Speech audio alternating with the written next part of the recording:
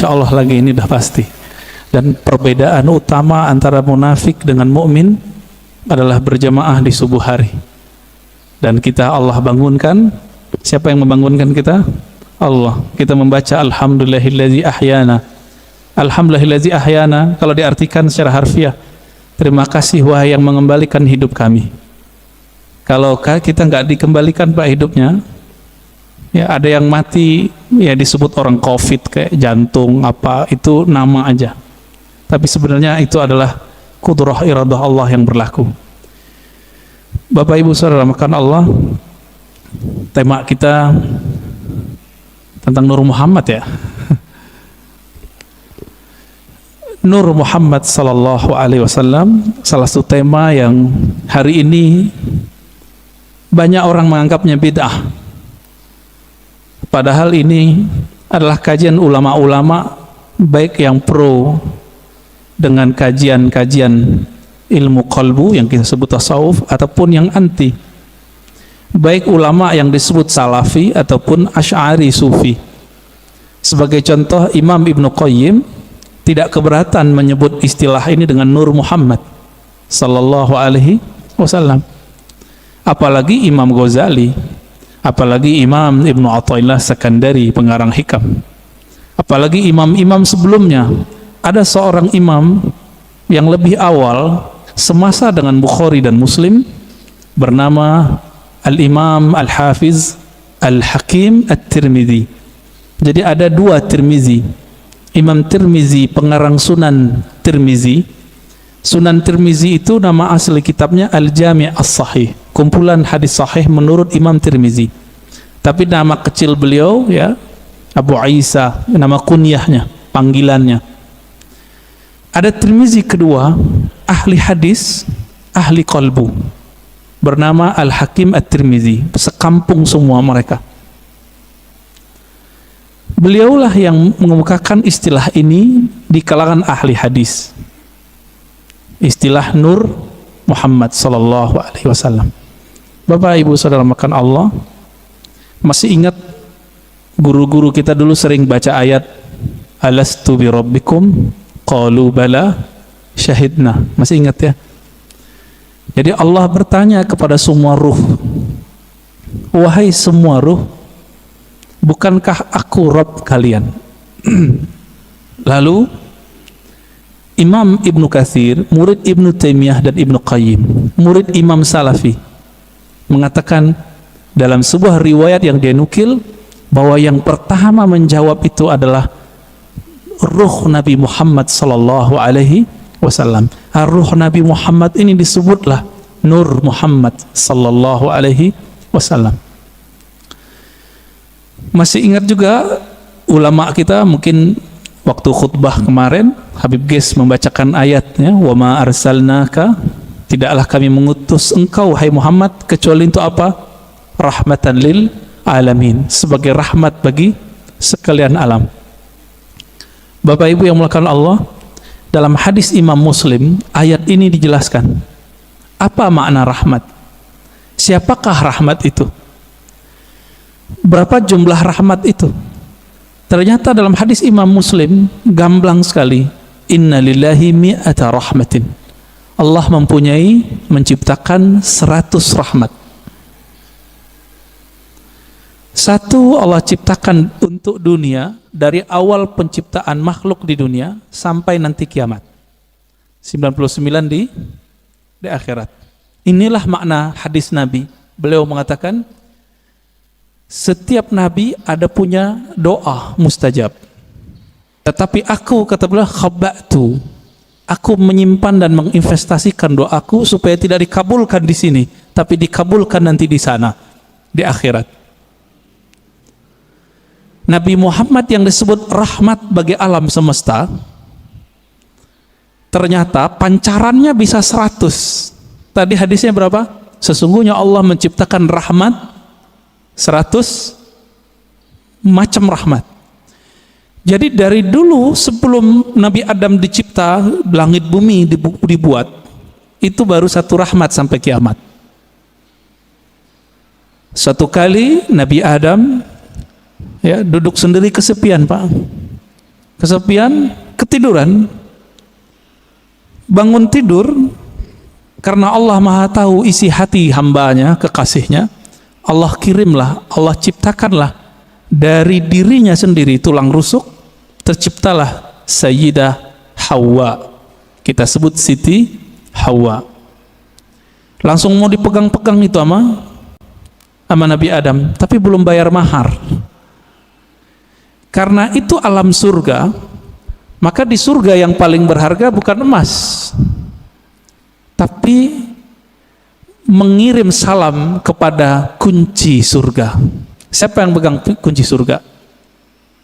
Nabi SAW mengatakan, tidaklah dibuka, la yuftah babul jannah ala ahadin min qabli, tidak pernah dibuka pintu surga kepada siapapun sebelumku, termasuk Nabi Adam.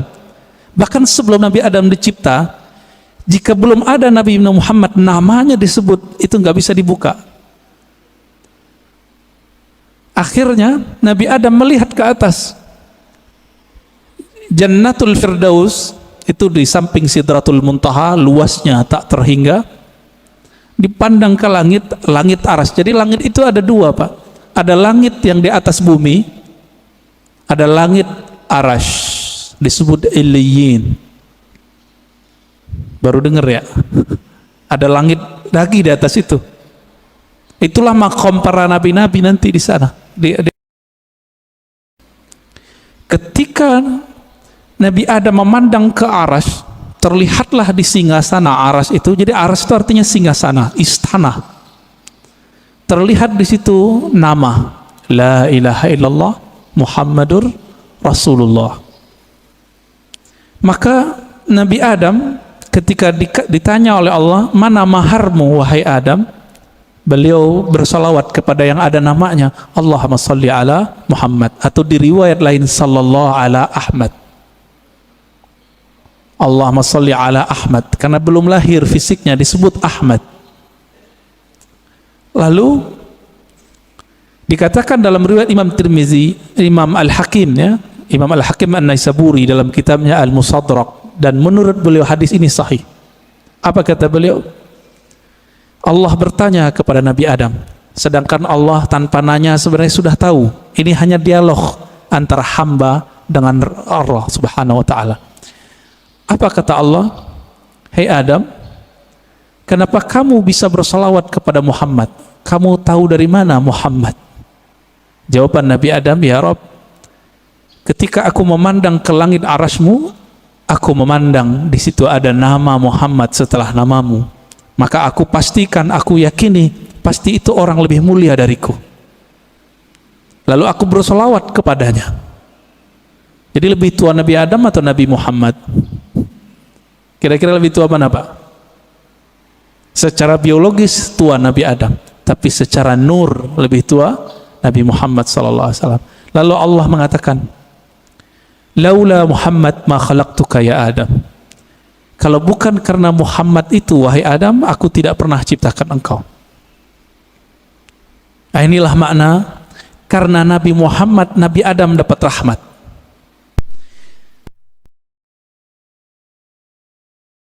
Kalau bukanlah karena sholawat beliau kepada Nabi Muhammad, itu tidak sah pernikahannya dan beliau tidak dibolehkan menyentuh Sayyidatuna Hawa. Tidak ada kita hari ini. Jadi faham kenapa kita harus salawat, Bapak Ibu? Kalau kita faham ini, nggak mungkin salawat dikit, pasti salawatnya banyak. Berapa Pak salawatnya tiap hari, Pak? 5 kali gitu ya, 5 waktu. Nah itu mah pelit itu. Orang-orang yang nanti paling gampang mengakses rahmatnya Nabi Muhammad SAW, itu orang yang paling banyak bersalawat kepada Nabi SAW. Ya. Jadi Nabi mengatakan, orang yang paling dekat kepadaku, aksarukum salatan alayya, yang paling banyak menyampaikan salam dan salawat kepadaku. Itu sebabnya ulama kita, guru-guru kita yang saleh, wali-wali Allah mulia, itu kalau salawat tiap hari ada yang 313 minimal. Sallallahu ala Muhammad, sallallahu ala Muhammad. Ada yang 500, ada yang 700, ada yang 1000. Itu bukan pembatasan. Ini mereka mendisiplinkan dirinya sendiri, minimal aku zikir sekian. Ada yang berzikir 10.000, membaca salawat setiap hari. Ada yang setiap nafas naik turunnya adalah salawat kepada Nabi Sallallahu Alaihi Wasallam. Pantas nggak? Justru lebih pantas, lebih banyak dari itu. Kenapa? Darah ini mengalir itu karena ada salawat kepada Nabi Muhammad Sallallahu Alaihi Wasallam. Bahkan kita mundur lagi.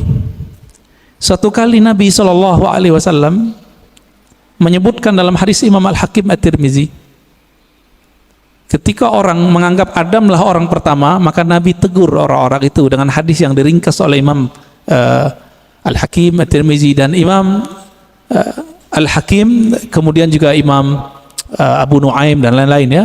Yang riwayat ini kita pakai riwayat Al-Hakim An-Naisaburi, bukan At-Tirmizi. Apa kata beliau? Nabi SAW bersabda, kuntu nabiyyan wa Adam baina ma'in wa tin. Aku telah diangkat menjadi nabi, sedangkan Adam belum tercipta, masih tanah dan air. Bisa kebayang Pak? Berarti Nabi Muhammad SAW sudah jadi nabi, alam semesta belum dicipta. Beliaulah alam pertama yang dicipta.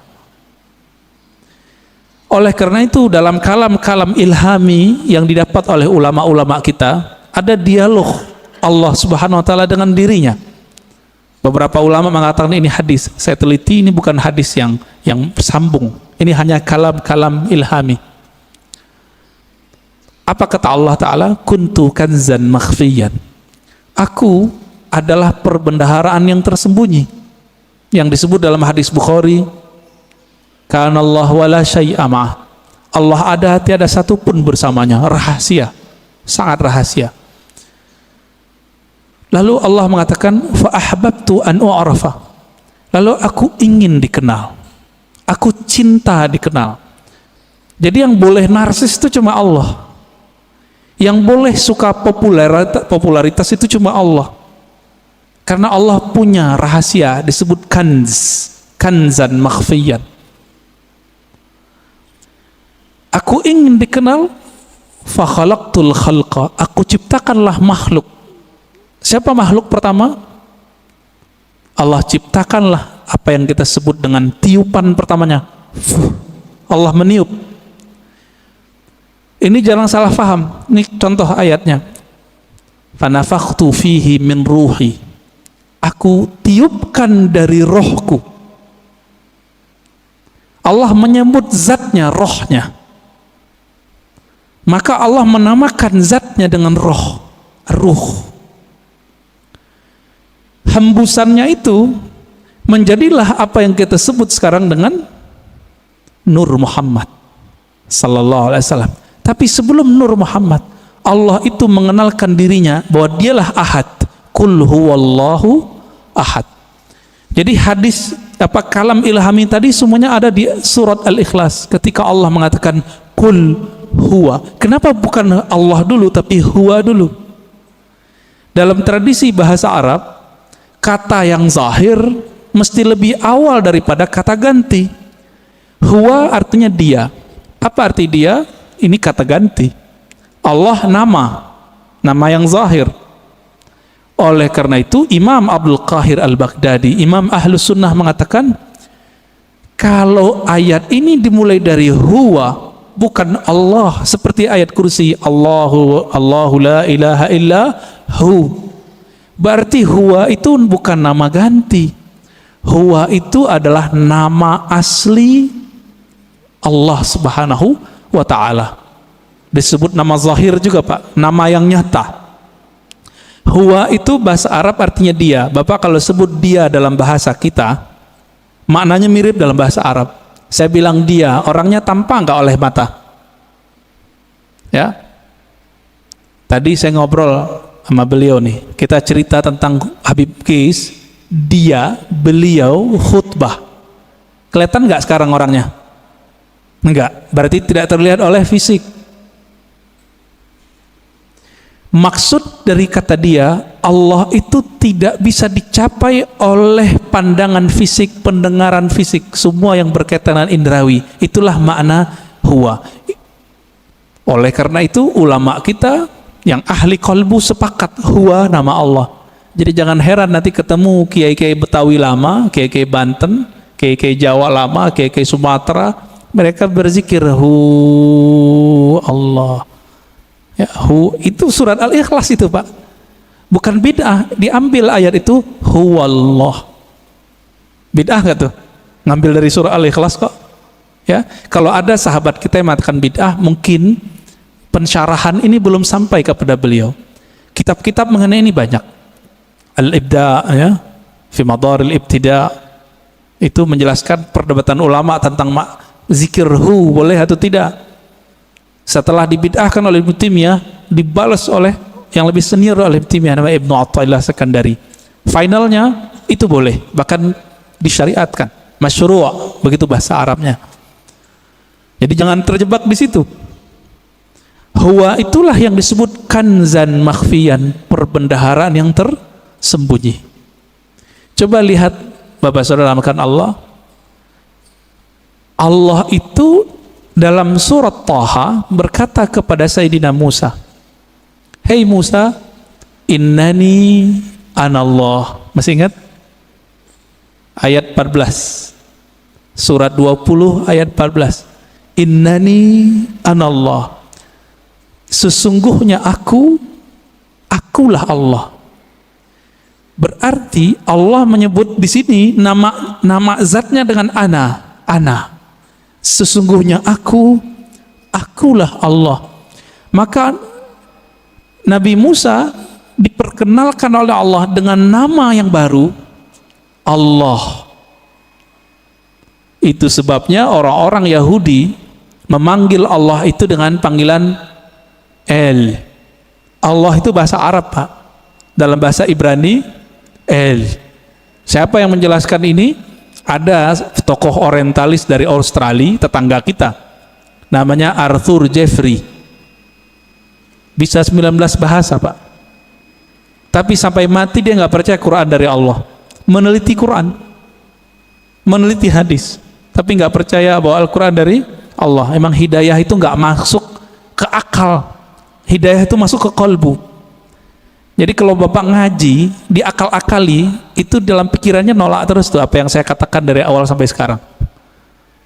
Maka kalau ngaji, jadikan akal itu tunduk kepada kalbu. Kalbu itu mainnya dengan rasa. Rasa yang dipakai oleh kalbu berbeda dengan rasionalitas yang dipakai oleh akal. Banyak ya. Teman kita nggak pernah merasakan khusyuk, dia bilang mustahil khusyuk. Dia nggak pernah coba, dia bilang nggak ada. Ya, sama kayak orang nggak menikah, nggak tahu nikmatnya malam pertama, dia bilang nggak ada tuh nikmatnya nikah. Mirip-mirip begitulah kira-kira. Bapak Ibu Saudara makan Allah. Jadi ketika disebut huwallah, huwa itu adalah perbendaharaan yang tersembunyi. Lalu Allah mengenalkan dirinya menjadi Allah. Nah, proses dari huwa ke Allah ini panjang.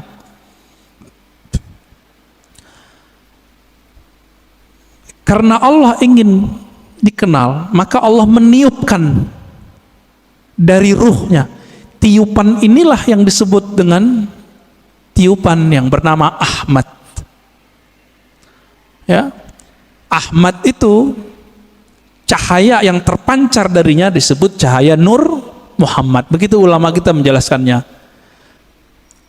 Inti dari Ahmad itu adalah nurnya. Maka sebagaimana disebutkan dalam hadis Imam Bukhari, innallaha yanzuru ila qulubikum. Allah memandang ke sentral jiwamu. Apa sentral jiwamu? Yaitu qalbu. Qalbunya Ahmad adalah Nur Muhammad. Maka Allah pandanglah nur itu. Pernah nggak Bapak Ibu saudara makan Allah, waktu dulu kita sekolah, kita dipelototin oleh guru kita? Keringetan nggak? Keringetan ya? Atau kita baru jatuh cinta dengan seseorang, terus kita dipelototin nama dia, beradu mata, keringat dingin, Pak. Yang pernah jatuh cinta, ya, mau jatuh cinta lagi nggak, Pak? Ya, jatuh cinta tuh enak tapi capek. Ya, capek di jantung itu, deg-degan terus, ya. Tapi enak Pak ya, kayaknya mau coba lagi nih. Berkeringat. Maka di saat Allah Subhanahu wa Ta'ala, sang pemilik ruh, sang peniup, memandang kepada hasil tiupannya yang bernama nur itu, berkeringatlah nur itu, meneteslah dari nur itu yang disebut 124.000 tetesan. Itulah rahasianya, filosofinya, hikmahnya, kenapa jumlah para nabi dan rasul 124.000. Hadis Imam Al-Hakim juga itu. Kok bisa 124.000? Ya ini dalilnya, dalil rohaninya, dalil zauk qalbiyahnya. Yang Allah pandang apa? Nur Muhammad sallallahu alaihi wasallam. Yang itu yang Nabi Muhammad sallallahu alaihi wasallam mengatakan, kuntu nabiyan, aku sudah diangkat jadi nabi, sudah dipandang oleh Allah. Itulah kenabian beliau. Inilah yang dikatakan beliau, aku sudah jadi nabi sebelum Nabi Adam. Inilah kata-kata dari Allah Subhanahu wa Ta'ala, tidaklah aku utus engkau Muhammad kecuali rahmat untuk sekalian alam. Alam pertama itulah bernama alam, ya, tetesan itu, alam nur itu. Dan kabar gembiranya Bapak Ibu yang melakukan Allah, saudara, semoga kita termasuk bagian ini ya. 124.000 itu kan semua semua nabi dan rasul. Karena Nabi Muhammad mengatakan la nabiyya ba'di, tiada nabi lagi setelahku. 124.000 itu masih ada enggak? Masih. Tapi pangkatnya sekarang bukan seorang nabi, pangkatnya adalah seorang wali. Ala inna awliya Allah la khaufun alaihim wa la hum yahzanun. Tapi kalbunya itu warisan dari kalbunya para nabi. Inilah makna hadis al ulama warasatul anbiya. Ulama itu mewarisi nabi. Saya mau tanya Pak, kalau saya sebut kepada anak saya, kamu pewarisku, dia berarti keluarga saya enggak? Dia lahir dari tulang sumsum saya yang dititipkan Allah ke rahim pasangan kita. Lahirlah anak itu, secara biologis dia berhak menerima waris biologis, waris fisik.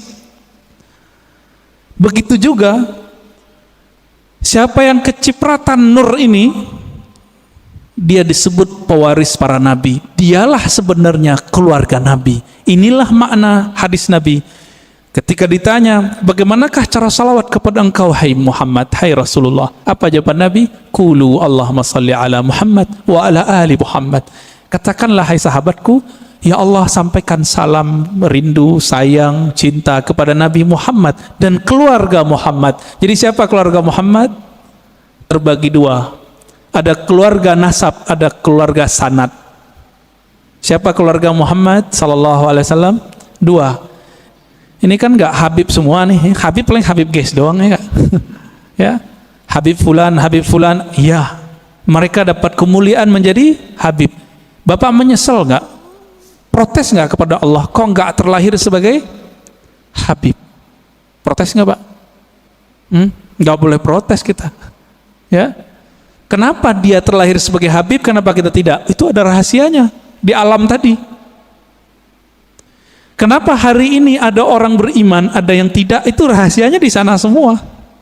Kenapa orang sekarang ada yang jadi ulama, ada yang menjadi ubaru? Ya, Bapak ini ubaru Pak ulama? Ubaru ya, ubannya baru tumbuh maksudnya. Kenapa? Itu rahasianya di sana semua. Di sana semua Pak. Ketika Allah memandang kepada Ahmad Nur Muhammad ini, yang dipandangkan nurnya. Nur ini kalau menetes ke dalam kalbu kita, makanya orang-orang ini akan rindu kepada Nabi Muhammad sallallahu alaihi wasallam. Akan rindu kepada yang meniupkan roh Nabi Muhammad sallallahu alaihi wasallam. Kerinduan ini yang tak terhingga, ya, nggak ada habis-habisnya itu. Inilah makna dari Surat Zariyat, wa ma khalaqtul jinna wal insa illa liya'budun. Biasa orang terjemahkan nggak ada efeknya Pak. Apa terjemahan biasa? tiadalah aku ciptakan jin dan manusia kecuali untuk menyembahku. Wah, itu mah biasa terjemahannya. Kita terusin. Menyembah itu artinya menjadikan diri kita budaknya, menjadikan diri kita manut kepadanya. Bapak, maukah mengikuti seseorang yang kita nggak kenal dia? Mau nggak? Mau nggak? Nggak mau. Kenapa kita nggak mau? Ya, gue nggak kenal, ngapain ikut, kan gitu. Yang saya ikuti, yang saya kenal bahwa dia mempunyai wibawa kepemimpinan, wibawa apa tertentu lah. Kalau nggak kenal, untuk apa? Maka makna liya'budun, tidak aku ciptakan jin dan manusia kecuali untuk menyembahku. Ibnu Abbas, ini saya sering sampaikan, mengatakan ya'budun artinya mengenal aku. Tidaklah aku ciptakan engkau jin dan manusia kecuali untuk mengenal aku. Orang kalau kenal Nabi Muhammad baru mencintai Nabi Muhammad. Orang kalau kenal Rabbu Muhammad, pencipta Nabi Muhammad, baru menyembah Allah Subhanahu wa ta'ala.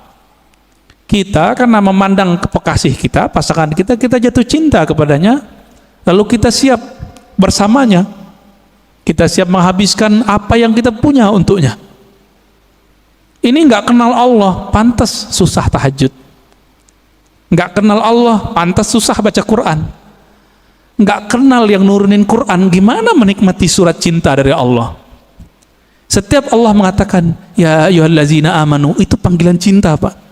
Hei orang-orang yang percaya kepadaku, itu panggilan cinta itu. Ini tanya nih bapak-bapak yang dulu belum ketemu handphone, jatuh cinta dulu, kirim surat sama kekasih. Gimana, Pak? Surat, baca suratnya gemetar nggak? Gemetar. Ibu-ibu tanya di belakang, dapat surat cinta pertama bisa nangis loh. Disimpan rapi-rapi di lemari. Kalau supaya nggak ketahuan sama orang tua, disimpan ya di bagian tertentu.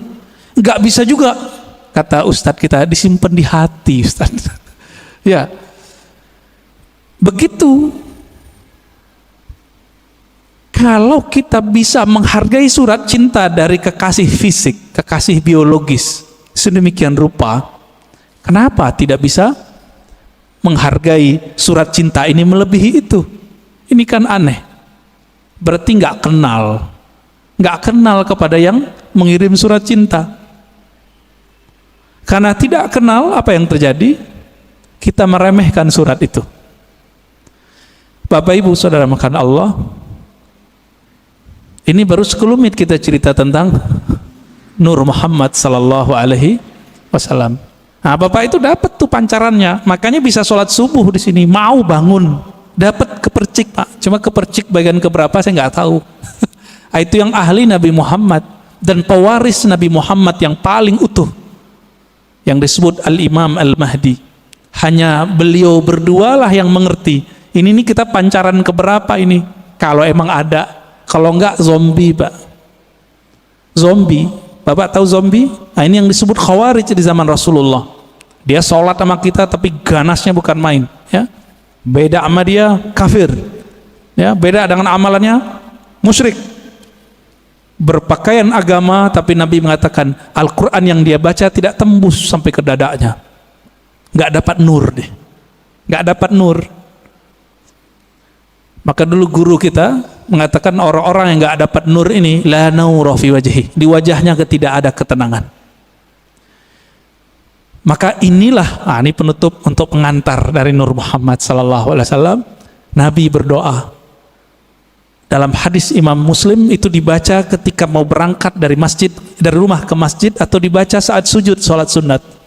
Allahumma ja'al fi qalbi nura, ya Allah, tumpahkanlah nurmu ke dalam kalbuku, wa fi sam'i nura, ke dalam pandanganku, wa fi pendengaranku, ya, basari, pandanganku, dagingku, tulangku, darahku, di depanku, di belakangku, kanan kiriku, atasku dan bawahku. Artinya kelilingilah kami dengan nur. Amalkan itu, Pak, nggak usah pakai bahasa Arab. Kalau hafal bahasa Arab, alhamdulillah. ketika berangkat dari rumah ke masjid, mau pakai motor, mau jalan kaki, lebih afdol kalau masih di komplek ini jalan kaki. Karena setiap langkah itu bumi ngomong. Cuma Bapak kan nggak dengar. Kalau Bapak dengar nggak jadi berangkat ke masjid, dikira hantu. Apa kata si bumi? Si tanah ini mengatakan ke tanah di sampingnya, saksikan wahai tanah di sampingku, aku sedang diinjak oleh orang punya nur. Dan ini dikatakan dalam banyak hadis Nabi SAW. Aku diinjak oleh orang yang berzikir kepada Allah, yang ingin berangkat ke masjid-masjid Allah Subhanahu wa Ta'ala. Beruntunglah rumah yang dijadikan masjid Allah. Beruntunglah tanah-tanah yang diinjak oleh orang-orang yang menjadi hamba Allah. Mari kenal Allah, karena itulah inti pewaris dari Nur Muhammad Sallallahu Alaihi Wasallam. Udah 40 menit, Ustaz. Udah. Tadi dipesenin belum 40 menit ya. Tafadhal.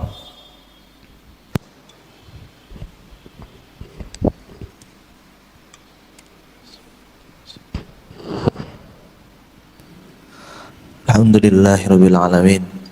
Terima kasih Pak Buya atas materinya. Dari para jamaah, hari ini ada yang bertanya tentang mengenal Nur Muhammad sallallahu alaihi wasallam.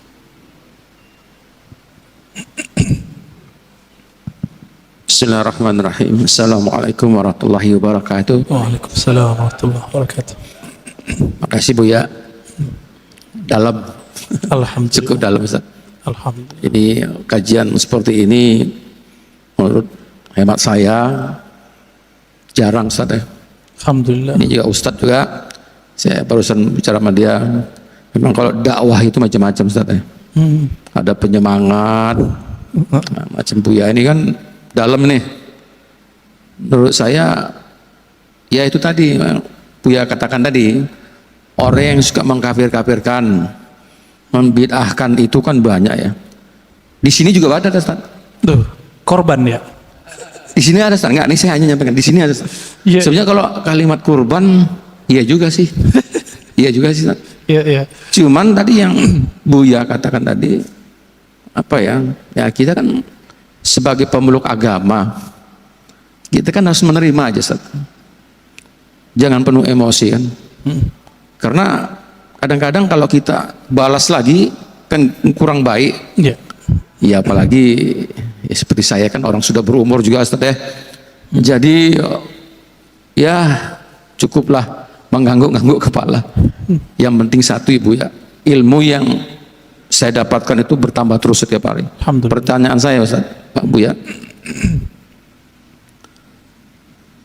yang saya katakan ini tadi, orang-orang yang suka membid'ahkan itu, tapi saya lihat jarang melihat mengaji, tapi nggak tahu lah ya, mungkin bisa aja dia di Google dan lain sebagainya. Pertanyaan saya ini, Ustaz, orang yang selalu melihat Google itu, Ustaz, dia ambilnya dari sumbernya dari situ aja. Terus kadang kan berargumen di WA. Ya. Ini seperti apa, Bu ya? Ya. Itu aja mungkin. Terima kasih. Assalamualaikum warahmatullahi wabarakatuh. Assalamualaikum. Orang yang tidak berguru langsung kepada ahlinya tidak mendapatkan satu benefit rohani yang disebut dalam hadis Abu Dawud. Apa kata Nabi? Nadrallahu mra'an. Allah beri nadrah. Nadrah ini nama lain dari nawwara. Allah beri cahaya yang memancar di wajah. Nadrallahu mra'an. Allah akan pancarkan cahaya lewat wajah seseorang. Sami'a maqalati, yang mau berguru langsung mendengarkan hadisku. Orang Arab dulu kalau menyebut sami'a itu nggak mungkin online, nggak mungkin lewat Google, mesti berguru ke ahlinya. Nggak mungkin. Kenapa? Dulu disebut sama pasti hadir. Itu sebabnya Imam Syafi'i dulu tidak terima persaksian orang yang hadir di konser-konser musik yang musiknya ada kefasikan. Ada penampilan orang buka aurat ya, bukan lagunya sebenarnya ya, oleh Imam Syafi'i. Kenapa? Sami'ah, begitu kalimatnya, karena dia hadir mendengar itu dulu nggak mungkin lewat MP3. Jadi dulu orang mendengarkan musik, melihat para seniman-seniman musik itu dulu, dia sudah bermaksiat lahir batin. Bapak masih ingat kalau yang pernah ke Mesir, di Mesir itu ada tari perut, kebuka. Ditonton itu Pak. Imam Syafi'i mengatakan orang yang nonton begitu gak diterima persaksiannya. Kalimat bahasa Arabnya sami'a. Karena sami'a artinya dulu pasti offline, pasti ketemu langsung, tatap muka. Itu sebabnya juga ya dalam hadis ini orang yang tidak mendengar langsung, nggak ada nur Pak di wajahnya. Lihat aja, nggak ada nadrah, nggak ada nadrah. Semakin dia tambah ilmu itu masuknya ke otak. Otak ini bekerja dengan akal. Sedangkan hidayah masuk ke kolbu. Beda tuh.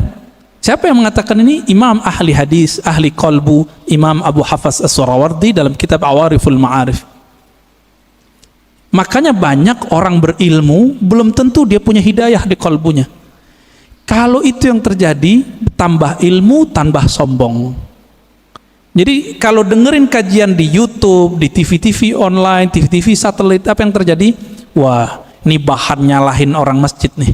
Setiap kali ngaji, wah ini bahan nih, wah ini bahan.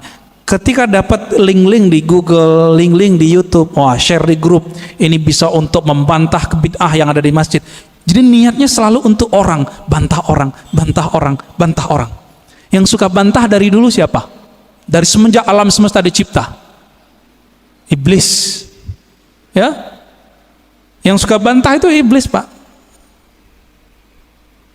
Yang suka bantah itu iblis.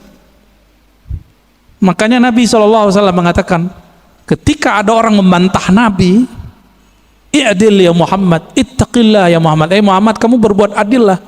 Loh, ada orang berani ngomong ke Nabi, engkau bertakwalah hai Muhammad, berbuat adil lah hai Muhammad. Apa kata Nabi?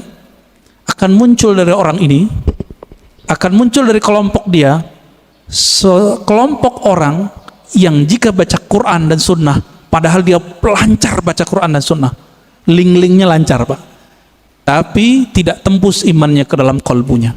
Fa idza laqitumuhum faqtuluhum. Wah, ini yang berat ini. Jika engkau bertemu mereka, maka kalimatnya gimana cara terjemahan ini Ustaz? Faqtuluhum, bunuh mereka. Loh, berat. Oh, ternyata ini hadis namanya hadisul qadha.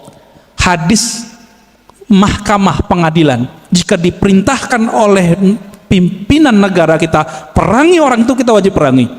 Sama dengan hadis mengenai penghina Rasulullah, jika itu ditetapkan oleh pemimpin boleh, baru boleh, nggak boleh ustadz yang mengatakan. Jadi misalnya nih bapak nih kan dapat meme sekarang, aku penggal lehermu wahai penghina Nabi, itu orang jahil, nggak boleh ngomong begitu. Kenapa?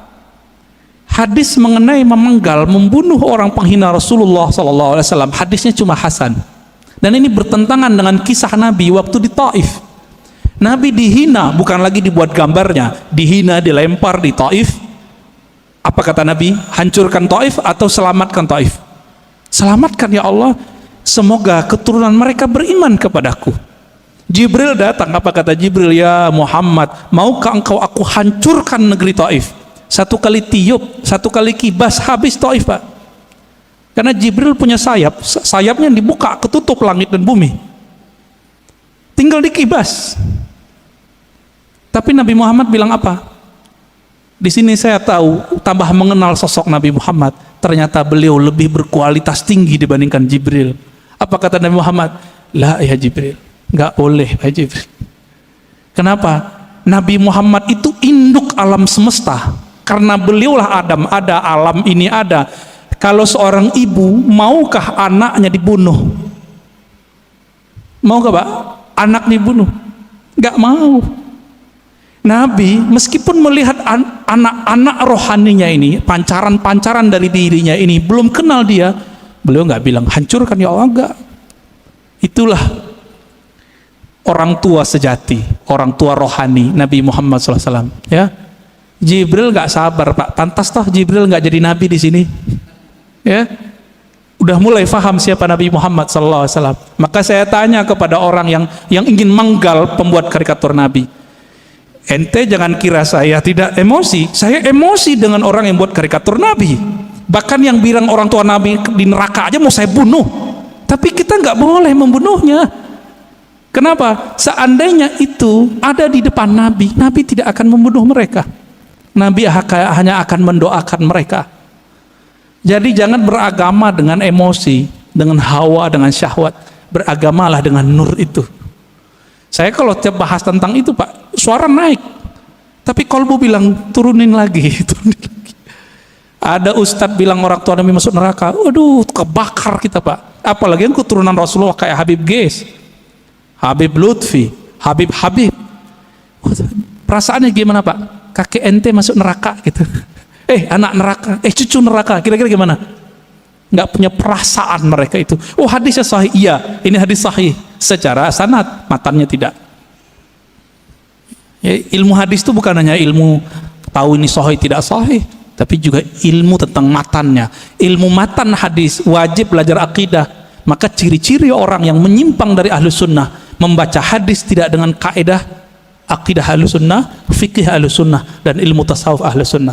Menyimpang dari itu jadinya kayak mereka itu, kurang ajar sama Rasulullah Sallallahu Alaihi Wasallam. Gimana Tad? Udah Tad? Baik. Bismillahirrahmanirrahim. Ustaz, kita tanyakan dari akun YouTube An-Nabawi TV Ustaz. Jadi ada yang menyimak sekitar 70 situs yang nyimak streaming ini. Ada yang bertanya, Buya, bagaimana kiat dan syarat supaya kita mendapatkan syafaat Rasulullah Sallallahu Alaihi Wasallam? Terima kasih Buya atas jawabannya. Assalamualaikum warahmatullahi wabarakatuh. Ya, bagaimana kiat mendapat syafaat Nabi Sallallahu Alaihi Wasallam? Nabi itu syafaatnya macam-macam. Ada syafaat spesial, ada syafaat global. Mau yang mana? Spesial atau global? Kalau yang global, pemaksiat aja dapat. Ada di kolbunya cinta Nabi, dapat Pak. Bahkan orang yang mati belum sempat syahadat, di kolbunya ada ingin mengenal Muhammad Sallallahu Alaihi Wasallam. Waktu sekarat Allah selamatkan dia. Allah selamatkan dia.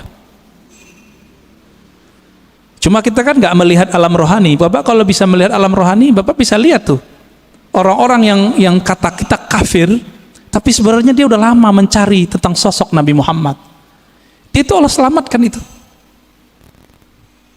Ya, ada orang yang pakar di sini, bisa pulang pergi Pak ke alam itu. Cuma kita nggak boleh buka rahasia ini rahasia Allah Subhanahu wa Ta'ala.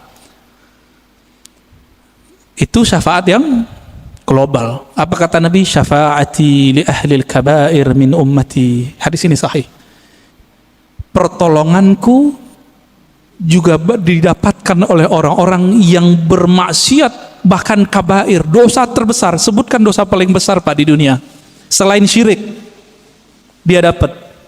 Jadi kalau dosa aja bisa, apalagi cuma beda faham sama kawan, cuma karena beda faham hilang rahmat Allah bagi kita, ya, langsung jadi ahli nar karena cuma bid'ah. Tapi ada yang spesial. Siapa yang spesial ini? Apa kata Nabi Sallallahu Alaihi Wasallam? Ya,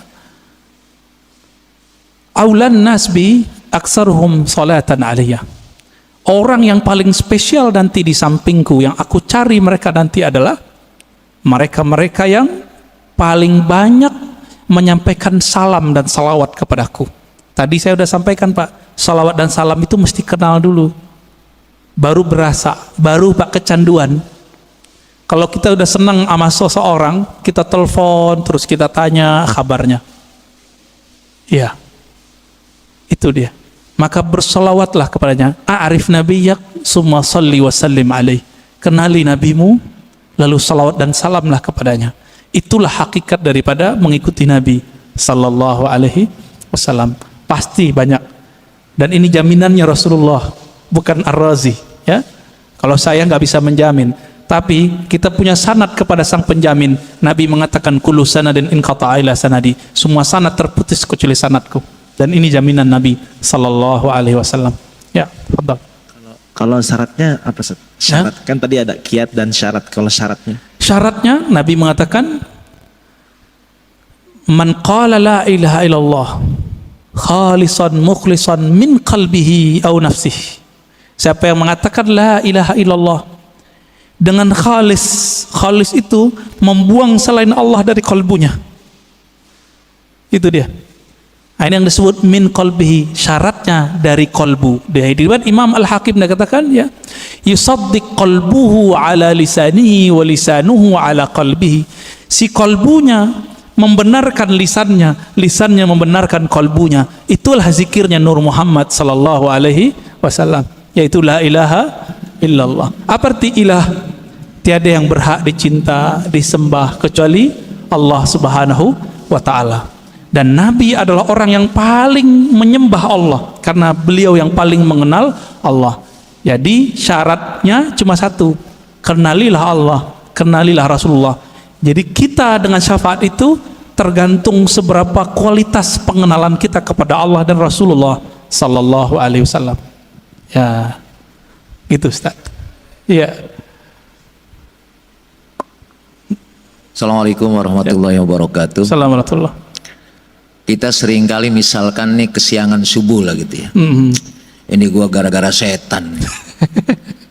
Jadi seolah-olah setan itu lebih hebat dari kita gitu. Karena kita dikalahkan oleh setan. Kan sebetulnya tidak begitu menurut saya. Ya. Pertanyaannya adalah sebetulnya nur yang ada pada kita ini dengan kekuatan setan itu seperti apa sebetulnya? Iya. Karena kita sering kali tuh nyalahin setan sehingga yang ada nyesel. Kan mestinya ya Allah kenapa saya tidak bisa bangun subuh? Betul. Artinya dosa apa? Jadi kan lebih manfaat ketimbang nyalahin setan. Karena setan disalahin malah ketawa-ketawa aja, kata setan bukan gua, dasar lu aja, malas kali. Iya. Bagaimana memahami antara tadi kan nur kita ini kan kelasnya kelas mana kita nggak tahu nih. Iya. Cuma seperti apa supaya kita tidak merasakan walaupun misalkan terlambat subuh, yang namanya terlambat kan jarang-jarang, bukan tiap hari gitu kan.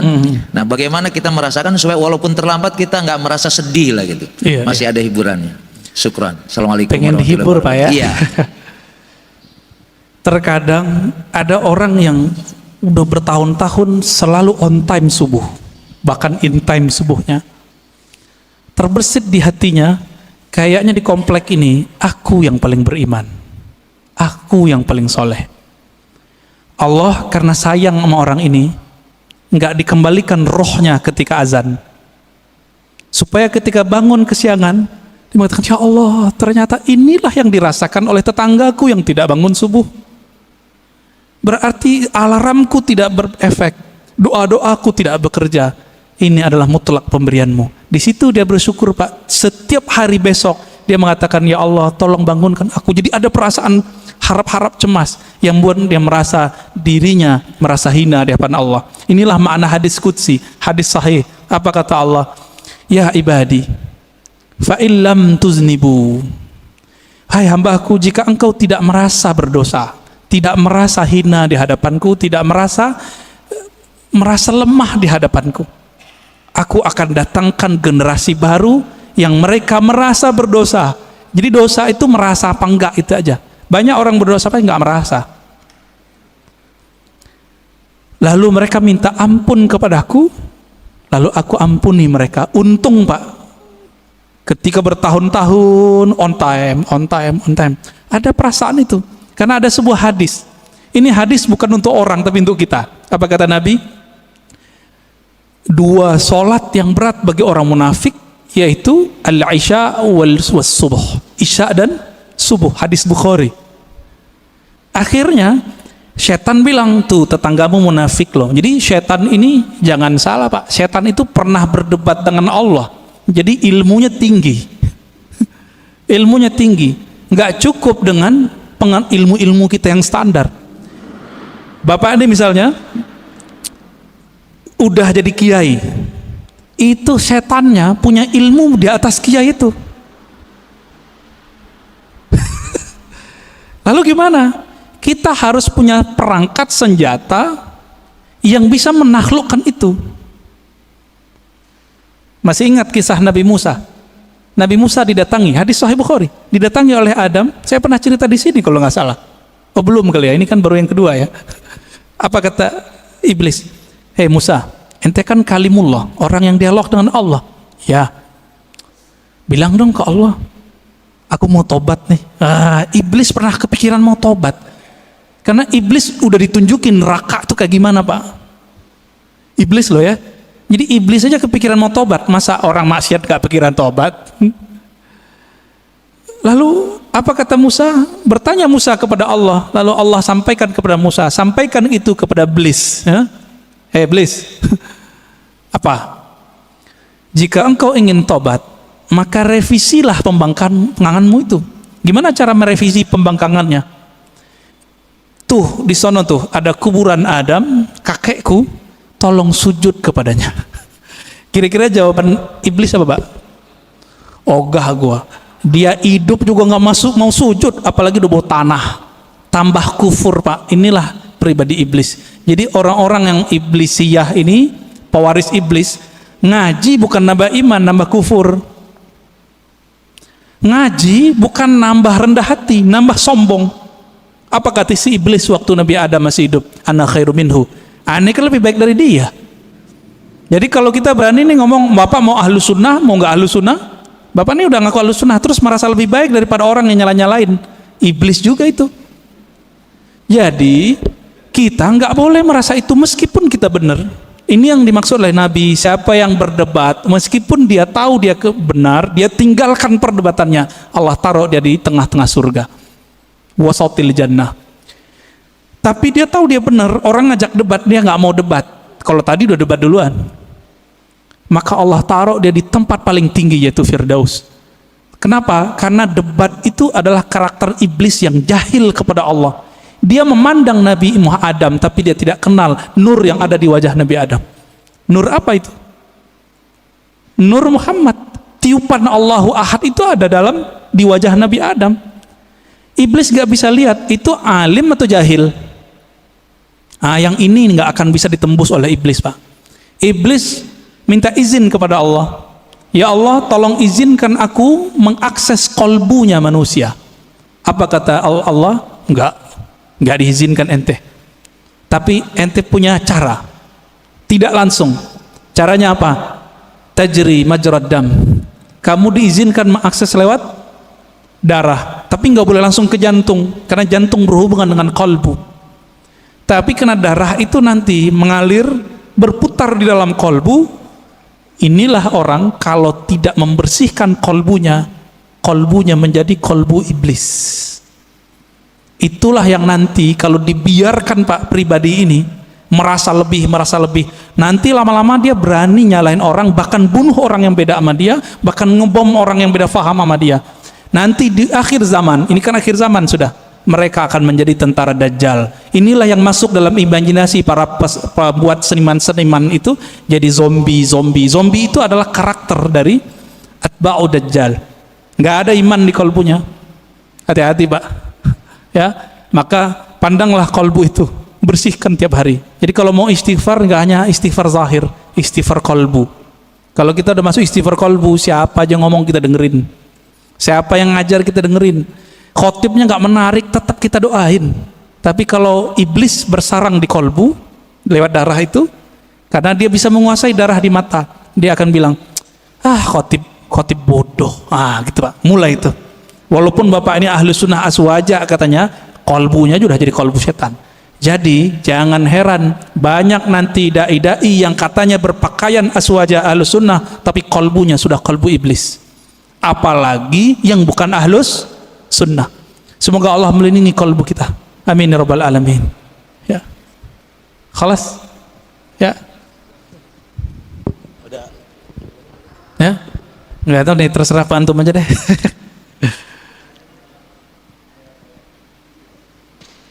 Bulan depan aja lagi Pak ya.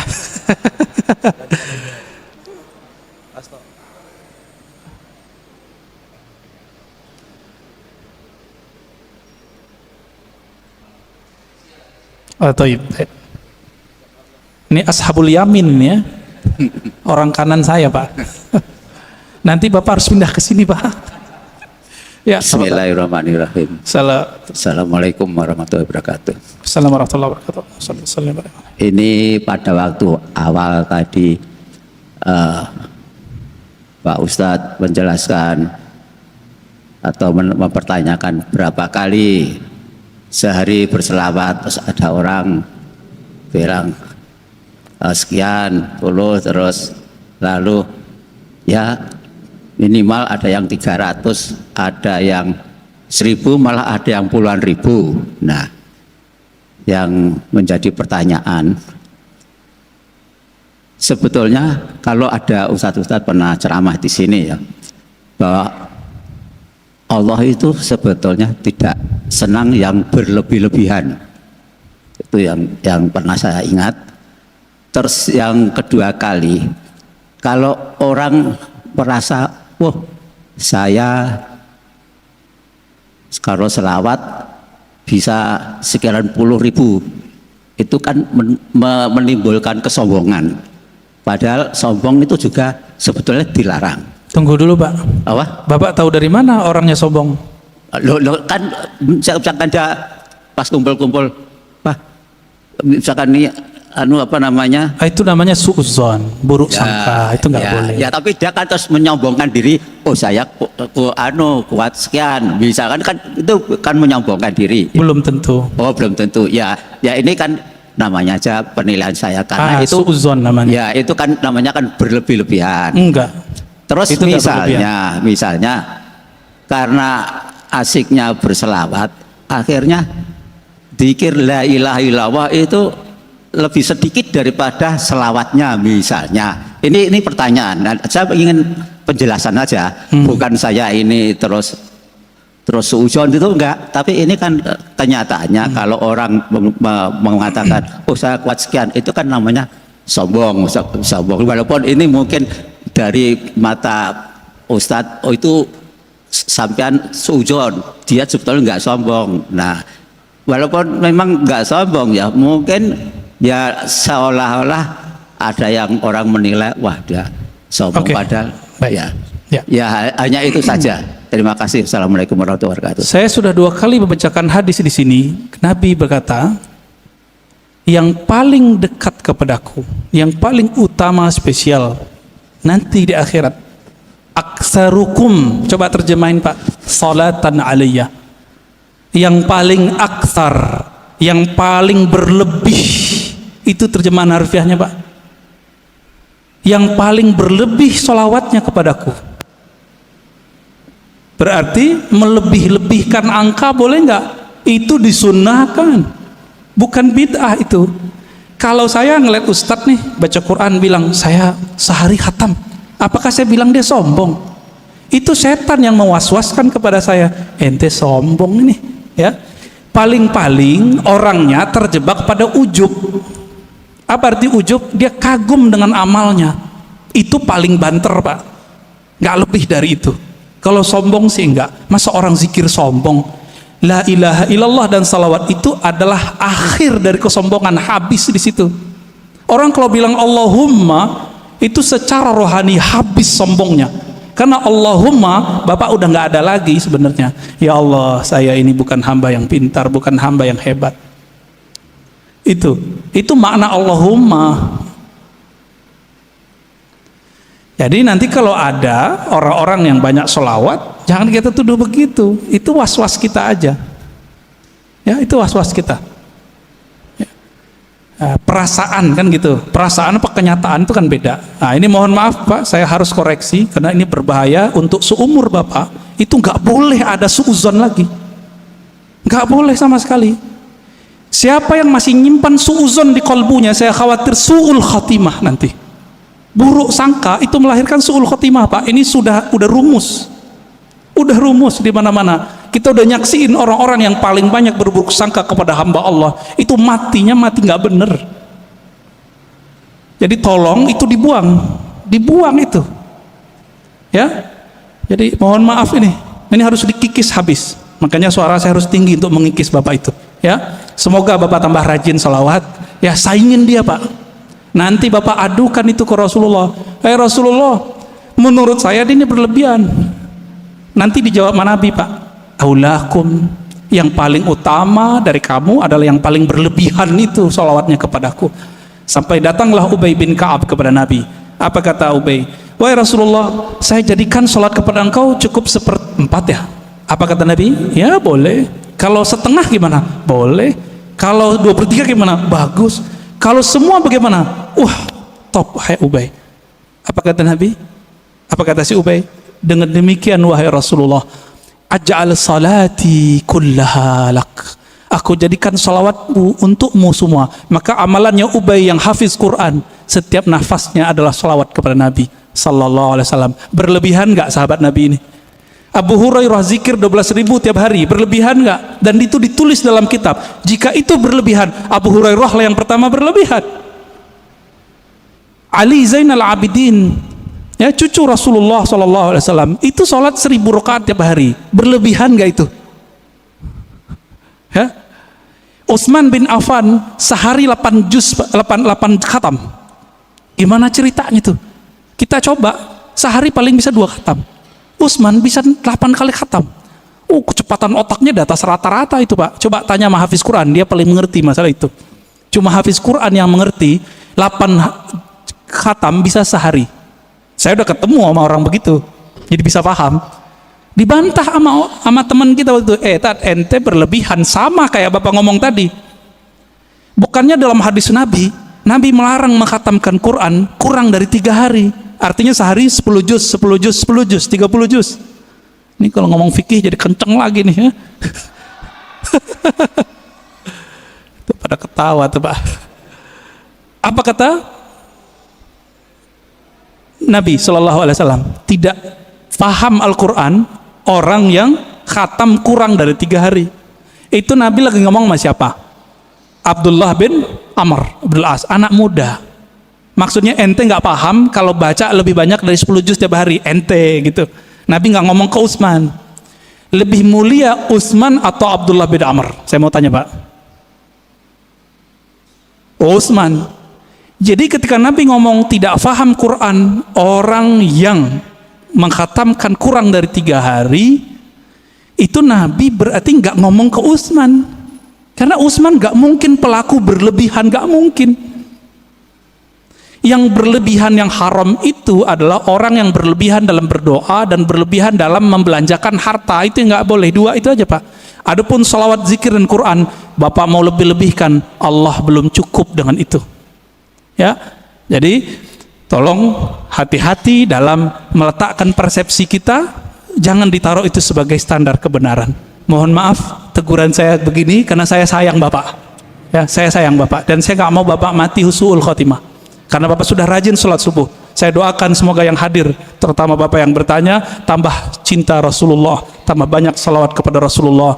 Allahumma ja'alna minal muhibbin. Ya Allah, jadikan kami orang yang sangat cinta kepada Nabi. Allahumma ja'alna minal muksirina bi salati ala nabiyika. Ya Allah, jadikan kami orang yang paling banyak bersalawat kepada Nabimu sallallahu alaihi wasallam. Rabbana atina fid dunya hasanah wa fil akhirati hasanah wa qina adzabannar. Walhamdulillahi rabbil alamin. Sallallahu alaihi wasallam. Assalamualaikum warahmatullahi wabarakatuh.